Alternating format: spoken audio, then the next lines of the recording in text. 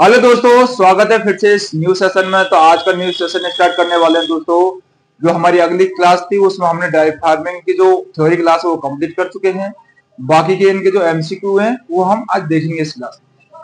तो देखिए, हमारा फर्स्ट क्वेश्चन है दोस्तों, निम्न में से राजस्थान के शुष्क क्षेत्रों की फसल नहीं है। निम्न जो हमारे ऑप्शन है उनमें से हमको देखना है दोस्तों कि निम्न में से जो राजस्थान के शुष्क क्षेत्र है, ड्राई फार्मिंग या ड्राई एरिया की जो फसल है वो नहीं है दोस्तों, नहीं है पे ध्यान देना है आपको। तो हमको देखना है, फर्स्ट ऑप्शन है इसमें दोस्तों बाजरा, सेकंड ऑप्शन है दोस्तों ग्वार, और थर्ड ऑप्शन है इसका मोठ, और फोर्थ ऑप्शन है इसका सूरजमुखी। तो हमको देखना है कि जो ड्राई फार्मिंग के अंतर्गत जो फसल करते हैं दोस्तों वो फसल है या नहीं है। तो हमने जो इसका जो करेक्ट आंसर दोस्तों वो होगा सूरजमुखी, क्योंकि हमारा बाजरा, ग्वार और मोठ ये तीनों फसल ऐसी है जिनको जल मांग की जो पूर्ति है वो कम स्तर पर कर सकते हैं। जैसे कि हम जो शुष्क हमारी भूमि है उसके अंतर्गत हम इनकी खेती कर सकते हैं आसानी से, जबकि सूरजमुखी है इसकी जल मांग अधिक होती है। तो यह हमारी जो वर्षा आधारित खेती है या फिर जो सिंचाई आधारित खेती है उनके अंतर्गत इसकी खेती करेंगे। अगले हम क्वेश्चन की बात करें दोस्तों कि राजस्थान में कुल शुष्क क्षेत्रफल, राजस्थान की यदि बात करें तो टोटल जो हमारा ड्राई जो एरिया है वो कितना है राजस्थान के अंतर्गत, जो कि जेट 2015 के जो एग्जामिनेशन हुई थी दोस्तों उसमें ये क्वेश्चन पूछ लिया था। तो हम बात करें दोस्तों कि फर्स्ट ऑप्शन है इसका 50%, सेकंड ऑप्शन है 25%, और थर्ड ऑप्शन है 85%, और फोर्थ ऑप्शन है इसकी 75%। तो हमको बात करनी है दोस्तों, देखना है कि राजस्थान में जो कुल शुष्क क्षेत्रफल है जहां पे ड्राई फार्मिंग की जा रही है दोस्तों वो एरिया कितना है। तो हमारा जो करेक्ट आंसर होगा वो होगा दोस्तों क्योंकि 75% जो हमारा एरिया है वो शुष्क खेती पर आधारित है, शुष्क खेती उस एरिया के अंतर्गत की जाती है। अगले हम बात करें दोस्तों थर्ड क्वेश्चन की शुष्क खेती या ड्राई फार्मिंग कितने बार से वर्षा वाले जो क्षेत्रों में की जाती है दोस्तों, कितने बार से वर्षा वाले क्षेत्र में संभव हो सकती है ड्राई फार्मिंग की बात करें। तो हम बात करेंगे दोस्तों ऑप्शन की। पहला ऑप्शन है इसमें 750 mm से कम, दूसरा ऑप्शन है इसमें 750 mm से अधिक, तीसरा ऑप्शन है 750 से 1100 mm, और फोर्थ ऑप्शन है 1100 mm से अधिक। तो दोस्तों इस ऑप्शनल क्वेश्चन की बात करें हम, ऑप्शनल क्वेश्चन में देखेंगे दोस्तों कि जो 750 mm से कम जो वार्षिक वर्षा वाले जो एरिया है तो उनमें हम शुष्क खेती कर सकते हैं। इसका जो करेक्ट आंसर दोस्तों वो ए हो जाएगा। यदि हम बात करें दोस्तों इसके बे ऑप्शन की तो 750 mm से अधिक है तो वहां पे वर्षा आधारित खेती कर सकते हैं। अगले हम बात करेंगे दोस्तों सी ऑप्शन की 750 से और 1100 mm। तो इसमें जो 750 से 1100 mm है दोस्तों इसमें ड्राई शुष्क फार्मिंग जो कि हम कर सकते हैं दोस्तों। अगले हम बात करेंगे फोर्थ आंसर की, तो 1150 mm से अधिक की जो यदि हमारी वार्षिक वर्षा है प्रति वर्ष की तो दोस्तों उसके अंतर्गत हम वार्षिक जो वर्षा वाली जो हमारी खेती है दोस्तों, वर्षा पर आधारित जो खेती है उनके हम यहाँ पे कर लेंगे दोस्तों उस खेती को। अगला हम बात करें दोस्तों फोर्थ ऑप्शन की, तो केंद्रीय बारानी कृषि अनुसंधान संस्थान क्रीडा कहाँ स्थित है। Central research institute of dryland agriculture कहाँ स्थित है दोस्तों। ड्राईलैंड एग्रीकल्चर की बात करें तो ड्राईलैंड एग्रीकल्चर दोस्तों कहाँ स्थित है, ऑप्शन में बात करेंगे हैदराबाद, बे ऑप्शन है दोस्तों मंडौर, और से ऑप्शन है अमरावती, और डे ऑप्शन है दोस्तों जबलपुर। तो हम केंद्रीय बारानी कृषि अनुसंधान संस्थान की बात करेंगे दोस्तों, क्रीडा की बात करेंगे तो क्रीडा कहाँ स्थित दोस्तों, तो ये है हैदराबाद में स्थित है। अगले हम इसकी बात करें दोस्तों तो ये एग्रीकल्चर सुपरवाइजर का जो एग्जाम हुआ था 2013 में इसमें ये क्वेश्चन आ चुका है, और फर्स्ट ग्रेड का जो हमारा एग्जाम हुआ था 2018 में ये क्वेश्चन उसमें पूछ लिया गया है दोस्तों। अगले हम बात करें दोस्तों कि जो शॉर्ट फॉर्म होता है दोस्तों क्रीडा, इसको ऐसे भी क्वेश्चन पूछ लिया जाता है, क्रीडा, क्रीडा ऐसे इसका क्वेश्चन पूछ लिया जाता है, जो कि इंग्लिश शब्द है उसको हिंदी में दे दिया जाता है दोस्तों। तो आपको कंफ्यूजन नहीं होना है। क्रीडा की बात करें तो क्रीडा हैदराबाद में स्थित है। अगले हम फिफ्थ क्वेश्चन की बात करें दोस्तों, परावर्तित प्रकार का प्रति उत्सर्जक या एंटी ट्रांसपेरेंट कौन सा है दोस्तों, जो कि AAO असिस्टेंट एग्रीकल्चर ऑफिसर में ऑफिस में 2018 में ये क्वेश्चन पूछ लिया गया है दोस्तों।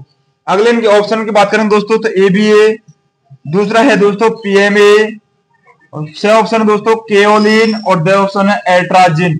हमको ट्रांसपेरेंट प्रति उत्सर्जक की बात करेंगे दोस्तों, जो कि प्लांटों में शुष्क खेती के अंतर्गत उगाए जाने वाले जो पौधे होते हैं उनकी लीड, जैसे कि सूर्य की किरणें आ रही हैं और उसका वाष्पीकरण अधिक हो रहा है तो उसको ट्रांसपेरेंट मतलब उसको किरणों को परावर्तित करने के लिए हम उपयोग में लेते हैं दोस्तों, जो कि है हमारा केओलिन। केओलिन का उपयोग पौधे की पत्तियों में प्रकाश किरणों को परावर्तित करने के लिए यूज में लिया जाता है।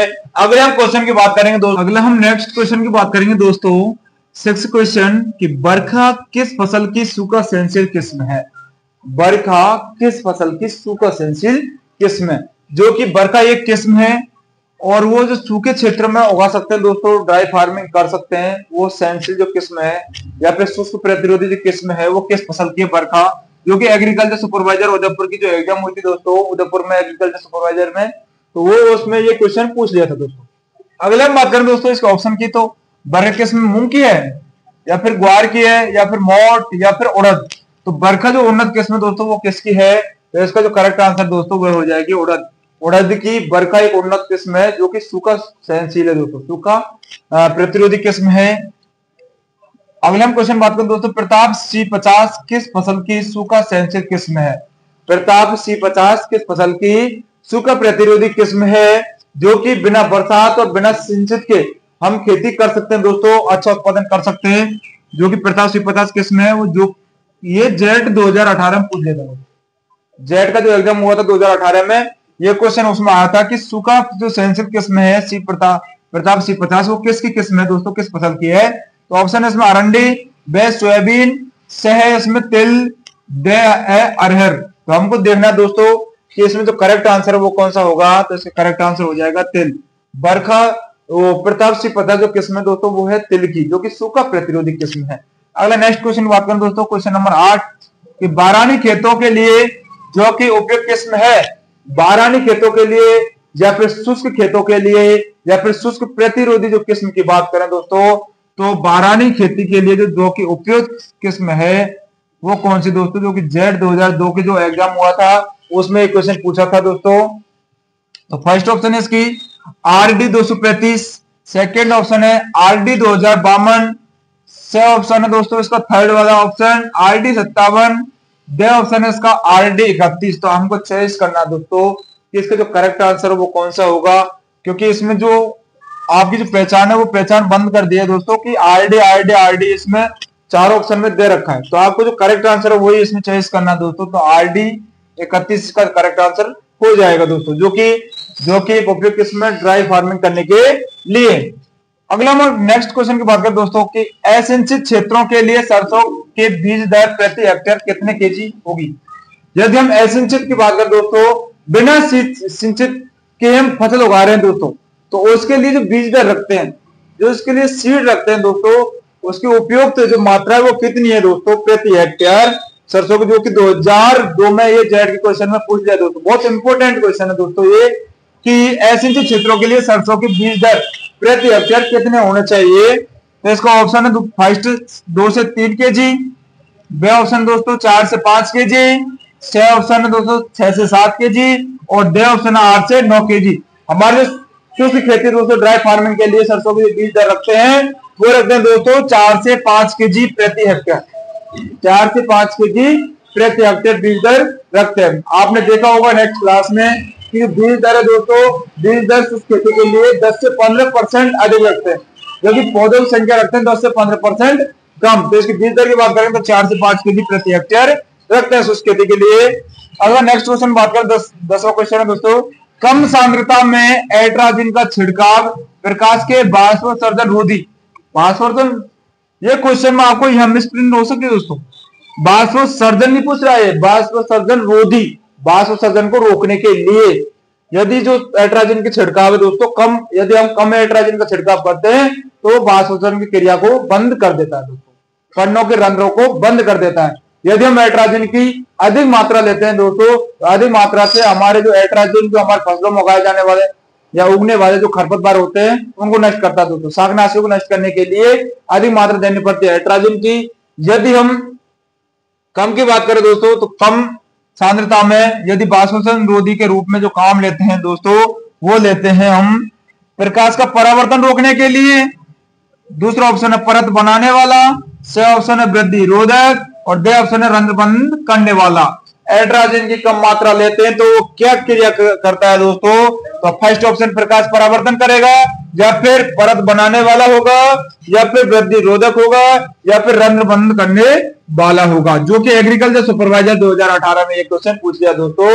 रंध्र करने वाला इसका करेक्ट आंसर हो जाएगा दोस्तों। एट्राजिन की कम मात्रा देते तो वो पत्तियों के रंध्रों को बंद कर देता है, जिससे वाष्पोत्सर्जन की क्रिया है वो दोस्तों कम होती है, और जो फसल को पानी की मात्रा है वो कम चाहिए। फिर अगला हम नेक्स्ट क्वेश्चन की बात करें दोस्तों 11वां, निम्न में से कौन सी खेती जहां किसान फसलों को उगाने के लिए कोई सिंचाई नहीं देता। निम्न में से ऐसी कौन सी खेती है जिसको किसान उगाने के लिए पानी नहीं देता, सिंचाई करने की जरूरत नहीं पड़ती, उसको करने के लिए केवल वर्षा पर ही निर्भर रहता है। ऐसी कौन सी फसल है जिसको किसान बिना पानी के करता है और उसको करने के लिए सिंचाई की आवश्यकता होती है दोस्तों। तो हमको कृषि के प्रकार बताना है दोस्तों, खेती के प्रकार बताना है। तो फर्स्ट ऑप्शन है इसमें जैविक खेती, ऑर्गेनिक फार्मिंग है। दूसरा ऑप्शन है दोस्तों सूखी खेती। तीसरा ऑप्शन है सिंचित खेती। दे ऑप्शन दोस्तों रेनफेड खेती। तो इसका जो करेक्ट आंसर वो हो जाएगा दोस्तों रेनफेड खेती।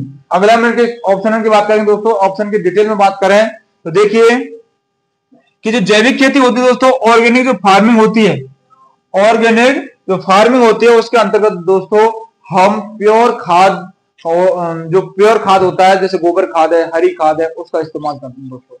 यदि हम बात करें खेती की तो जैसे हमारी अकार्बनिक खेती दोस्तों, ये तो कार्बनिक खेती हो जाएगी ऑर्गेनिक। अकार्बनिक खेती की बात करें तो उसमें खाद और उर्वरकों को प्रयोग किया जाता है, जबकि जैविक खेती के अंतर्गत हम डायरेक्टली क्या करते हैं, हमारे जो खाद होते हैं जैसे गोबर खाद, हरी खाद, सनी ढैचा वाली, उसका प्रयोग करते हैं दोस्तों। ये प्योर ऑर्गेनिक खेती होती है। अगले हम नेक्स्ट ऑप्शन की बात करें सूखी खेती। सूखी खेती क्या होती है दोस्तों, ड्राई फार्मिंग जिसको बोला जाता है।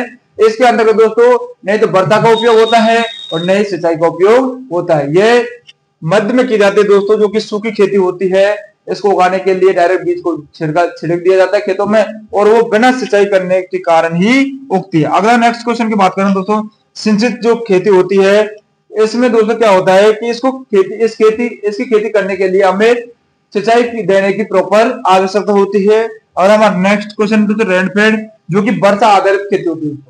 इसको 1150 mm से अधिक वर्षा की आवश्यकता होती है, तभी रेनफेड फार्मिंग होना संभव है दोस्तों। सिंचित खेती के लिए दोस्तों 750 से 1100 mm की जो हमारी वर्षा है उसको करने के लिए इसकी प्रॉपर मात्रा चाहिए दोस्तों। सूखी खेती के लिए 750 mm से कम वर्षा की आवश्यकता होती है दोस्तों।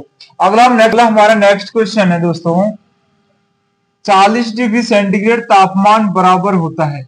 यदि हम 40 डिग्री सेंटीग्रेड जो टेम्परेचर होता है उसको हमको चेंज करना है फ़ारेनहाइट में दोस्तों, तो 40 डिग्री टेम्परेचर होता है उसको दोस्तों फ़ारेनहाइट में चेंज करना है, जो कि जेड 2002 में ये क्वेश्चन आया था कि 40 डिग्री सेंटीग्रेड तापमान के बराबर होता है। फर्स्ट ऑप्शन है 84 डिग्री फ़ारेनहाइट, सेकंड ऑप्शन है 94 डिग्री फ़ारेनहाइट, थर्ड ऑप्शन है 104 डिग्री फ़ारेनहाइट, और लास्ट ऑप्शन हमारा 114 डिग्री फ़ारेनहाइट। तो हमको देखना है दोस्तों कि 40 डिग्री जो सेंटीग्रेड तापमान होता है, 40 डिग्री सेंटीग्रेड टेम्परेचर होता है, उसका फ़ारेनहाइट में चेंज करने पर कितना होता है। तो दोस्तों इसका जो करेक्ट आंसर वो हो जाएगा 104 डिग्री फ़ारेनहाइट। 104 degree Fahrenheit. यदि हम 40 डिग्री फ़ारेनहाइट को हम चेंज करें, 40 डिग्री टेम्परेचर को चेंज करें फ़ारेनहाइट में, तो 104 डिग्री फ़ारेनहाइट होता है। अब नेक्स्ट क्वेश्चन की बात करें दोस्तों कि शुष्क क्षेत्रों में वार्षिक वर्षा होती है।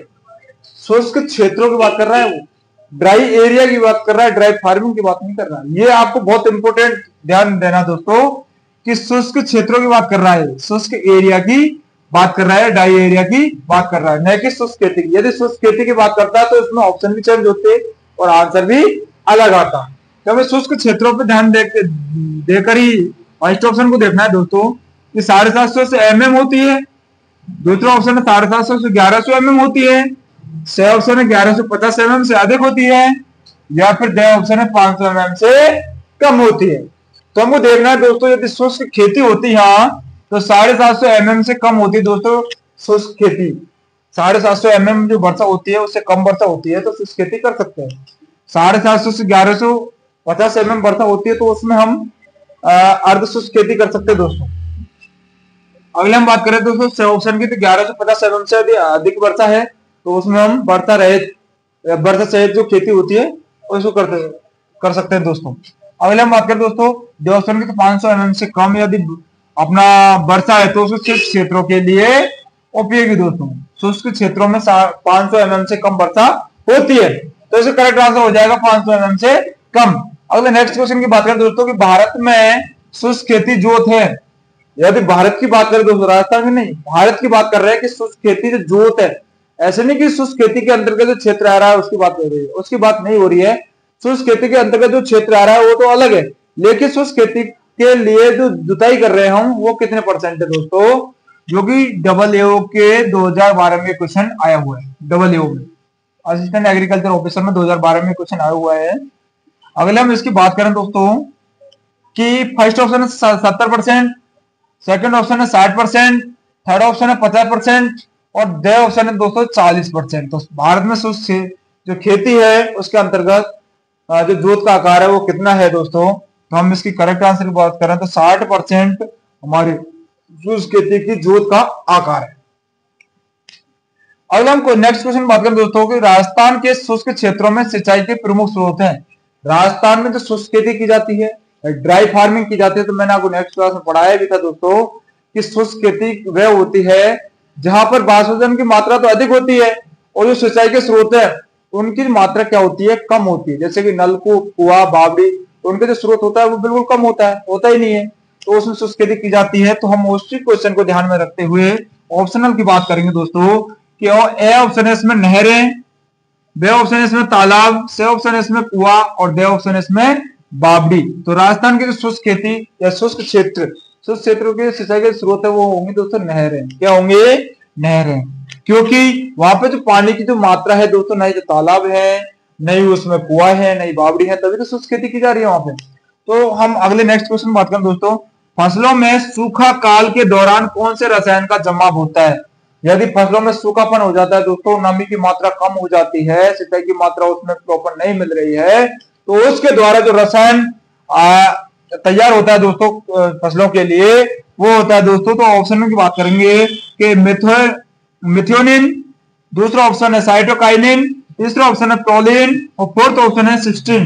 कौन सा रसायन शुष्क फसलों के अंतर्गत तैयार होता है दोस्तों, तो इसमें करेक्ट आंसर हो जाएगा प्रोलिन। प्रोलिन नामक जो अपने रसायन होते हैं वो शुष्क जो फसल हो जाती है, ड्राई क्रॉप हो जाती है दोस्तों, नमी की मात्रा बिल्कुल कम हो जाती है, तो उसके अंतर्गत प्रोलिन नामक जो हमारे रसायन होते हैं वो तैयार होते हैं, उत्पन्न होते हैं। अगले नेक्स्ट क्वेश्चन बात करें दोस्तों कि राजस्थान का शुष्क या बारानी क्षेत्र के अंतर्गत कितना प्रतिशत क्षेत्रफल आता है। राजस्थान का शुष्क या बारानी, शुष्क या बंजर जो खेती के अंतर्गत कितने परसेंट क्षेत्रफल आता है दोस्तों राजस्थान की बात करें तो 1/4 भाग या आधा या 2/3 या 1/3। हमको तिहाई में बात करना है दोस्तों, जैसे कि हम एक की बात करें तो एक का आधा 2/3 हो जाता है दोस्तों। एक का आधा कितना हो जाएगा, जैसे 1/2 की बात करें तो एक का क्या है दोस्तों, हिस्सा है, आधा है। तो हम 1/4 की बात करें दोस्तों तो 1/4 का मीन्स होता है 1/4। 1/3 की बात करें तो 1/3 और एक या फिर 2/3 की बात करें तो 1/2 या फिर 1/3 की बात करें तो 1। तो हमको इस करेक्ट आंसर देखना है दोस्तों, तो करेक्ट आंसर क्या हो जाएगा 2/3। 2/3 क्षेत्रफल राजस्थान का शुष्क या बारानी खेती के अंतर्गत आता है दोस्तों। तो हमने दोस्तों आज जो हमारे ड्राई फार्मिंग से संबंधित जो एमसीक्यू है वो कंप्लीट कर लिया दोस्तों, और इसकी जो क्लास है वो हमने अगले सेशन में कंप्लीट कर चुके ही हैं दोस्तों। हमारे जो बारानी या फिर जो शुष्क खेती के अंतर्गत आने वाले जो महत्वपूर्ण जो क्वेश्चन है वो दोस्तों कंप्लीट हो चुके हैं, और जो पिछली हमारी जो एग्जामिनेशन जेट की हुई थी, सुपरवाइजर की हुई थी, वो भी हमने कंप्लीट कर चुके हैं कि कब इसमें कौन सा क्वेश्चन कब वर्ष में और किस एग्जाम में आया था वो कंप्लीट कर चुके हैं दोस्तों। वीडियो अच्छी लगे दोस्तों इसको लाइक करें, शेयर करें, कमेंट करें तथा वीडियो के चैनल को सब्सक्राइब करें और इसके रिवीजन करते रहें दोस्तों। थैंक यू, मिलते हैं एक नेक्स्ट सेशन में दोस्तों बहुत बेहतरीन टॉपिक के साथ।